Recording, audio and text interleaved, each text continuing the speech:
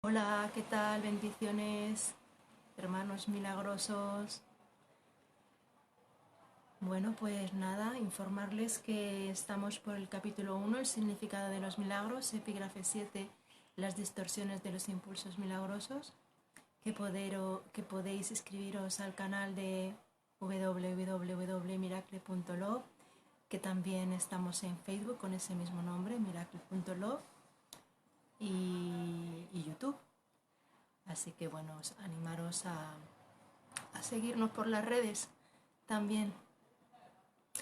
Y antes de comenzar la lectura, vamos a hacer la invocación al Espíritu Santo para que sea Él el que hable a través de mí.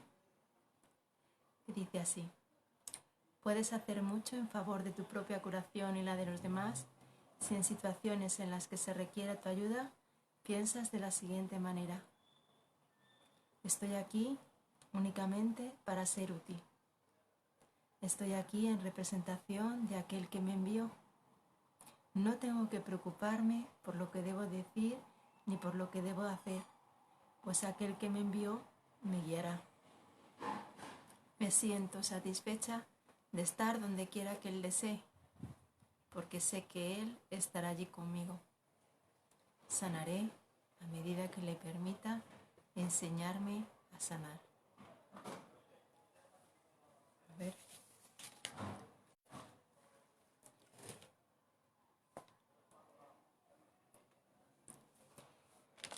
Capítulo 1, el significado de los milagros, epígrafe 7, las distorsiones de los impulsos milagrosos.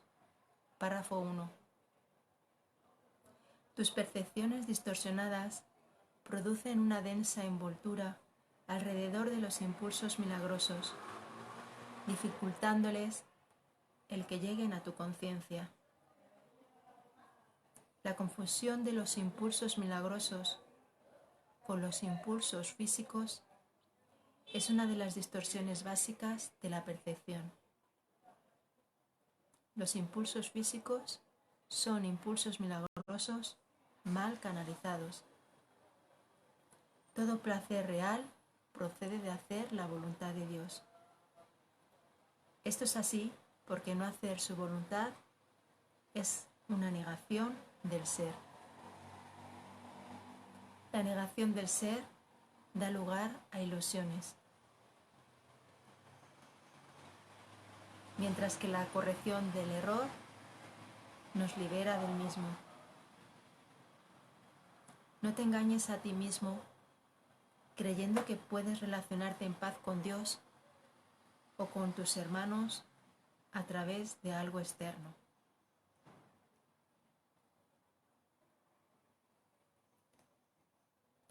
Bueno, cuando habla aquí de los impulsos físicos, pareciera que no se entiende que se refiere a las relaciones sexuales, pero en las notas, que son la transcripción directa, la canalización directa de Jesús en Helen Schumann, son las primeras notas que se escribieron a mano. Ahí se ve claramente que se está refiriendo a las relaciones sexuales. Los cuerpos realmente no pueden unirse, solamente están unidas las mentes. Y creer que con el cuerpo nos vamos a salvar o a satisfacer, eso no es así. Nos dice que el único placer real aquí es hacer la voluntad de Dios y que no nos creamos que podemos relacionarnos en paz con Dios o con tus hermanos a través de algo externo, como puede ser algo externo es el cuerpo, está claro, las cosas, los objetos, los animales, todos los cuerpos aparentemente vivos o inertes.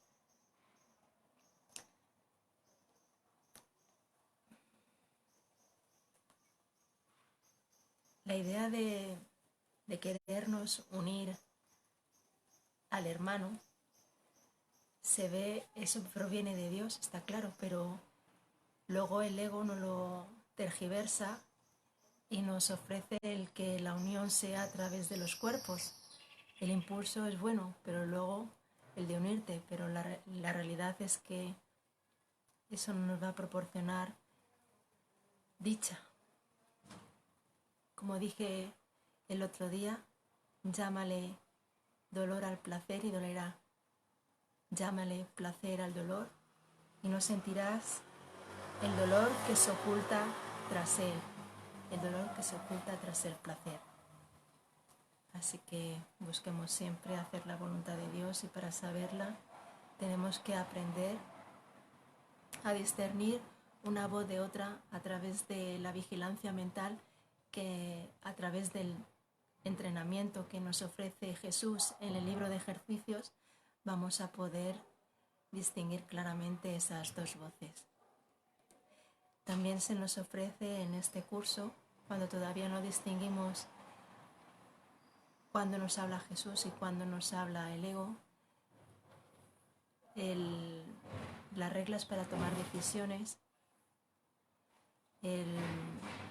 la regla de oro, el buen comportamiento. Compórtate con tus hermanos como quisieras que se comportasen contigo. Bueno, pues las reglas para tomar decisiones están en el capítulo 30,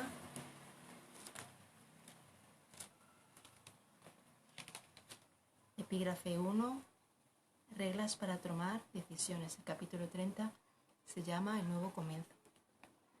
Y ya haciendo este ejercicio podemos aquietarnos verdaderamente y escuchar la voz de Dios si no interferimos en cómo deben ser las cosas. No pongamos expectativas ni queramos que las cosas sucedan de determinada manera, que son las expectativas. Eso son expectativas, claro. Pues vamos con el párrafo 2. Criatura de Dios, fuiste creado para crear lo bueno, lo hermoso y lo santo. No te olvides de eso. El amor de Dios, por un breve periodo de tiempo, todavía tiene que expresarse de un cuerpo a otro, ya que la visión es aún muy tenue. El mejor uso que puedes hacer del cuerpo es utilizarlo para que te ayude a ampliar tu percepción, de forma que puedas alcanzar la verdadera visión de la que el ojo físico es incapaz. Aprender a hacer esto es la única utilidad real del cuerpo. Bueno, pues criatura de Dios nos llama. Somos una creación de nuestro Padre y creamos a su semejanza, pero lo que es crear en el cielo, aquí en la tierra, es curar. Aquí pareciera que o proyectamos o extendemos el amor de Dios, pero no creamos. Nuestras creaciones nos están esperando en el cielo, en el reino de los cielos, el reino del conocimiento. Aquí nuestra función es curar, sanar la mente colectiva, que pareciera que lo hacemos de forma individual hasta que ya no sea necesario. Pero mientras nuestros hermanitos se deciden por hacer la voluntad de Dios, pues seguirán necesitándose aportaciones individuales a la filiación. El cuerpo tiene que utilizarse como un medio, como un vehículo de comunicación para acercarnos a nuestros hermanos, a aquellos que todavía no escuchan la voz de Dios en su mente. No se nos dirá qué hacer, qué decir, incluso qué pensar acerca de nuestros hermanos. Dice que el cuerpo tendremos que utilizarlo para que nos ayude a ampliar nuestra percepción, para alcanzar la verdadera visión que el ojo físico es incapaz de ver. Bueno, pues ya no lo utilizaremos para atacar, sino para unirnos a nuestros hermanos, acercándonos a ellos realmente necesitamos de hermanos que digan la verdad, que muestren la imagen del Cristo, que una sonrisa ilumine el rostro de nuestros hermanos también, igual que sentimos nosotros en nuestro interior el amor de Dios. Siento el amor de Dios dentro de mí ahora.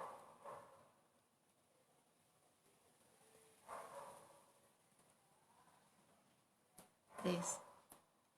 Las fantasías son una forma distorsionada de visión. Todas ellas, no importa de qué clase sean, son distorsiones, ya que siempre tergiversan la percepción hasta convertirla en algo irreal. Los actos que proceden de distorsiones son literalmente las reacciones de aquellos que no saben lo que hacen. Las fantasías son un intento de controlar la realidad de acuerdo con necesidades falsas. Si deformas la realidad de cualquier forma que sea, estarás percibiendo destructivamente. Las fantasías son un medio para hacer asociaciones falsas y tratar de derivar placer de ellas. Mas si bien puedes percibir asociaciones falsas, nunca podrás hacerlas reales, excepto para ti. Crees en lo que inventas. De igual modo, si ofreces milagros, creerás en ellos con igual intensidad. La fuerza de tu convicción sostendrá entonces la creencia del que reciba el milagro. Las fantasías se vuelven totalmente innecesarias cuando la naturaleza completamente satisfactoria de la realidad se vuelve evidente tanto para el dador como para el receptor. La realidad se pierde por usurpación, lo cual produce tiranía. Mientras queda un solo esclavo caminando sobre la faz de la tierra, tu liberación no será total. La única meta del que se ha decidido por el camino de los milagros es restaurar completamente la filiación. Bueno, las fantasías son una forma distorsionada de visión. Da igual la clase de fantasías que tengamos, son distorsiones.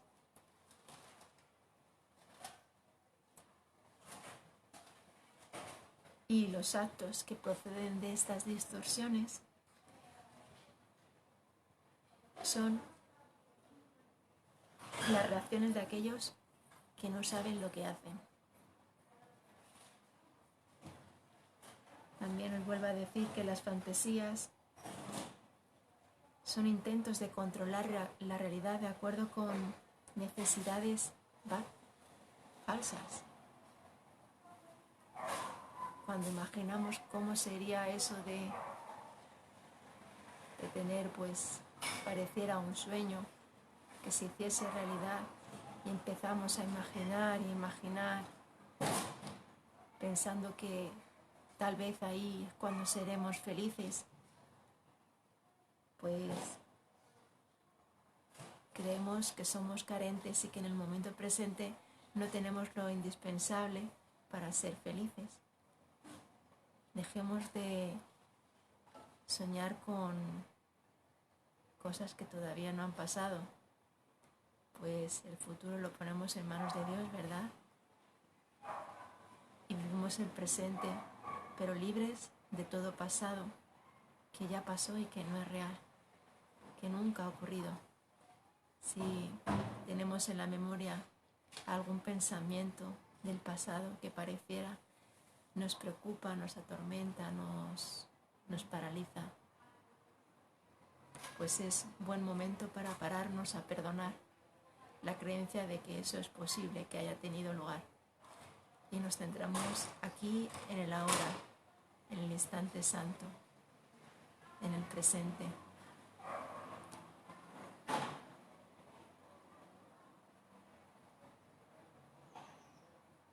Las fantasías también nos dice que son asociaciones falsas que hacemos y que tratamos de derivar de ellas placer. Y que creemos en lo que inventamos. Nosotros nos inventamos este mundo, somos el hacedor del ego, fabricamos o creamos falsamente ese sistema de pensamiento y por lo tanto aparentemente en el usuario pasado ya no le protegíamos esa historia personal, ese personaje, pero ya no. Nos dice aquí que si ofrecemos milagros, creeremos en ellos, porque con el logro llega la convicción. Sin convicción, los milagros degeneran en magia, que es insensata y por lo tanto destructiva, o el mal uso del milagro. Eso es un principio. Lo que acabo de decir, un principio de los milagros. Podemos retomarlo porque es importante la convicción. A ver, la convicción, principio número 14. Dice, los milagros dan fe de la verdad. Son convincentes porque proceden de la convicción. Sin convicción, sin seguridad, sin confianza, degeneran en magia, que es insensata y por lo tanto destructiva, o más bien el uso no creativo de la mente. Esa es la razón por la que algunas veces curamos y otras veces no. Estamos a dos aguas.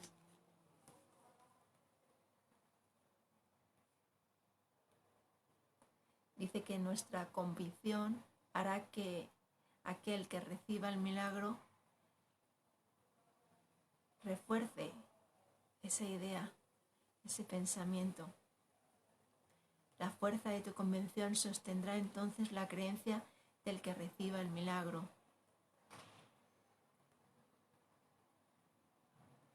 Las fantasías ya son innecesarias para aquel que se ha decidido por el camino de la santidad, de hacer la voluntad de Dios, de obrar milagros.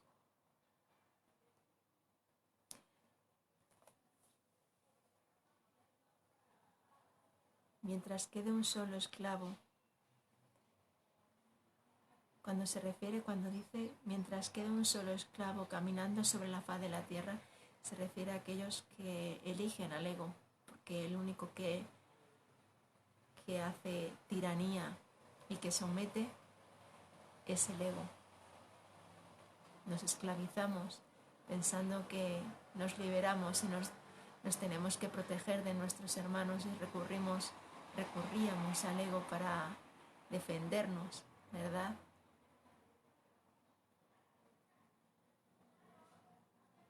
Decíamos, la mejor defensa es un buen ataque. Espera ahí y ataca en cuanto el otro se despiste. Pues ese sistema de pensamiento está loco. En mi indefensión radica mi invulnerabilidad. Si creo que puedo ser atacado, soy vulnerable. Y se me atacará. Realmente porque estoy proyectando la creencia en el ataque. Pero si percibo como peticiones de ayuda lo que aparentemente me está ofreciendo el hermano, estaré obrando milagros y estoy dispuesta a ser útil a la afiliación porque no decido por mí solo, decido por todos. Y aquel que se ha decidido por el camino de los milagros, pues lo que tiene que hacer, aparentemente y pareciera, es restaurar la afiliación, la mente colectiva. 4. Este es un curso de entrenamiento mental. Todo aprendizaje requiere atención y estudio en algún nivel. Algunas de las secciones posteriores de este curso se basan en tan gran medida en estas primeras secciones que es necesario un estudio muy detallado de las mismas. También las vas a necesitar a modo de preparación. Sin esta preparación, lo que sigue podría infundirte demasiado temor, imposibilitando así el que pudieses usarlo de manera constructiva. A medida que estudies estas primeras secciones, no obstante, comenzarás a percatarte de algunas de las conexiones que más adelante se ampliarán. Este curso es un curso de entrenamiento mental. Él lo dice claramente. Requiere atención y estudio.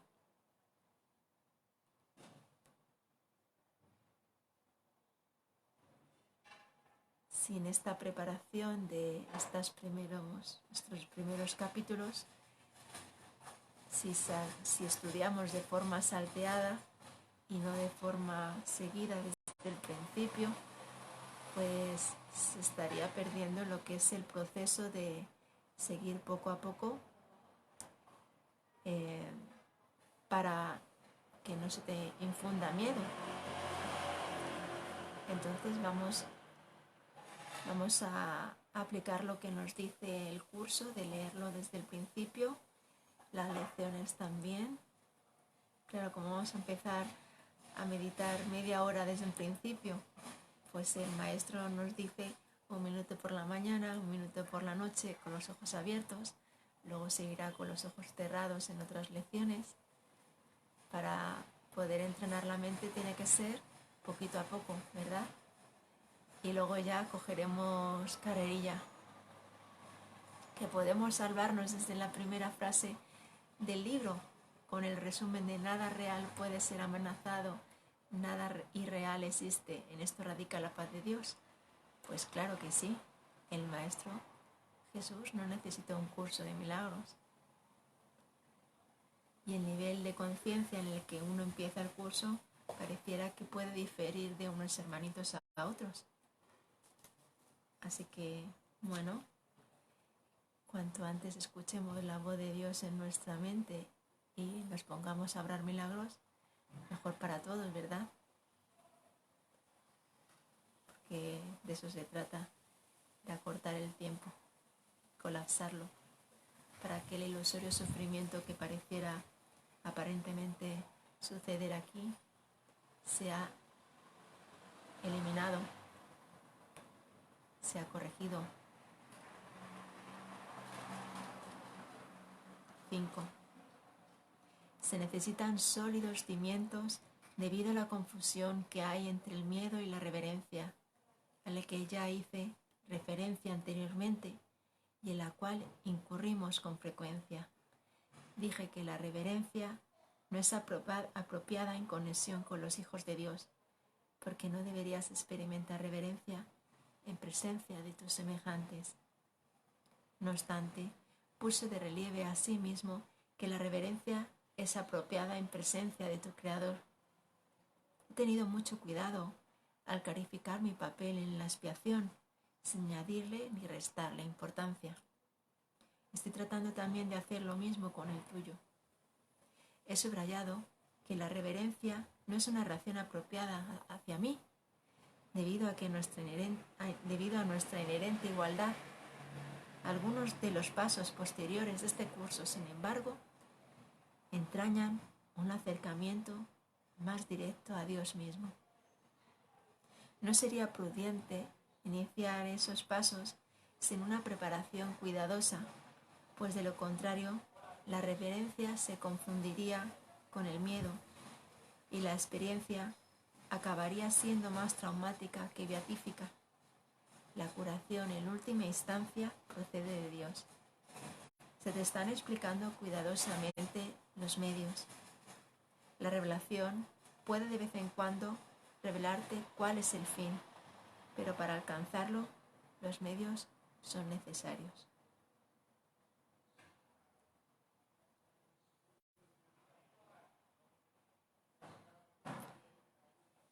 se confunde miedo con reverencia en algunas ocasiones. Incluso creemos que autoridad, ser autoritario, puede ser algo negativo, aparentemente.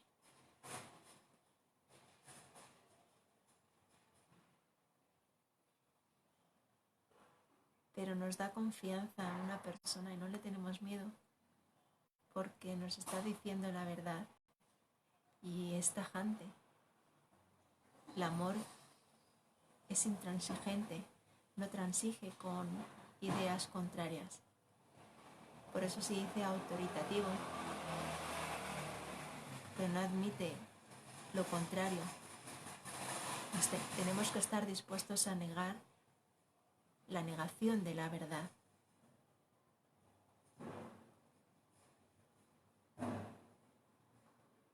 Y de forma contundente.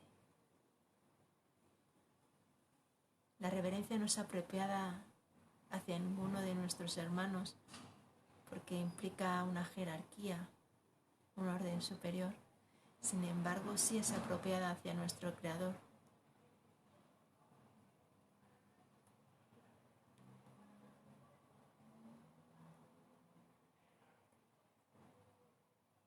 Se nos habla de que se nos está iniciando de forma muy cuidadosa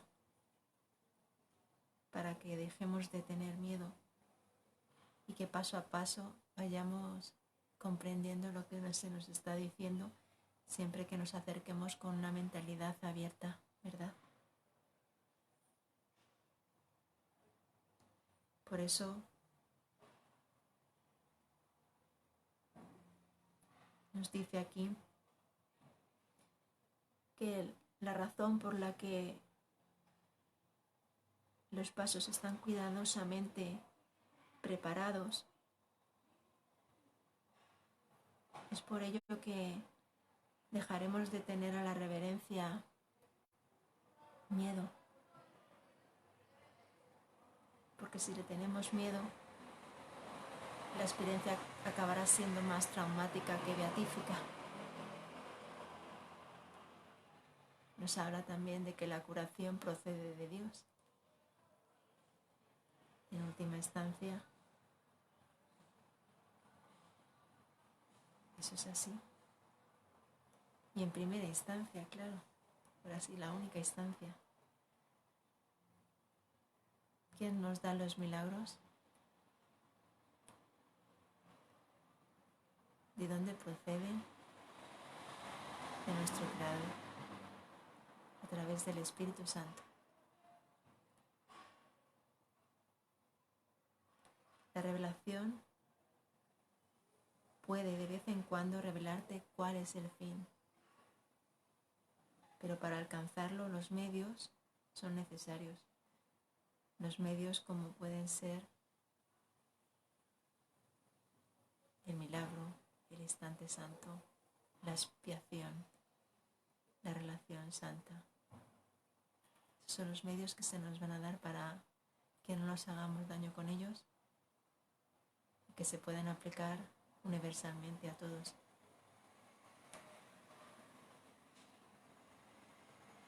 La revelación es directamente con nuestro Creador y depende de Él que tengamos ese acto de comunicación directa con nuestro Padre. Depende de Dios porque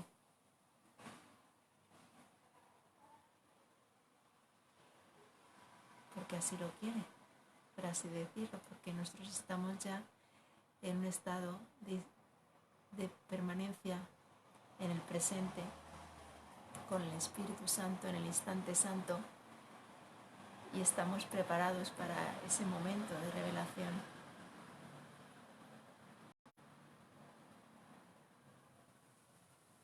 Bueno, pues hasta aquí hemos terminado ya el capítulo 1, el significado de los milagros.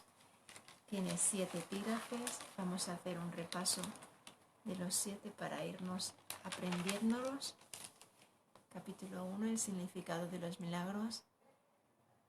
Epígrafe 1, principios de los milagros. Epígrafe 2, la revelación, el tiempo y los milagros. Epígrafe 3, la expiación y los milagros. Epígrafe 4, cómo escapar de la oscuridad. Epígrafe 5, plenitud y espíritu. Epígrafe 6, la ilusión de las necesidades. El que hemos leído hoy, el 7, las distorsiones de los impulsos milagrosos. Pues mañana, si Dios quiere, a las 7 de la tarde aquí en la península española, desde el Facebook de miracle.love, estaré retransmitiendo. Muchas gracias por estar ahí, bendiciones. Gracias Padre, gracias Jesús, gracias Espíritu Santo. Que tengáis todos un feliz día. Os amamos. Gracias.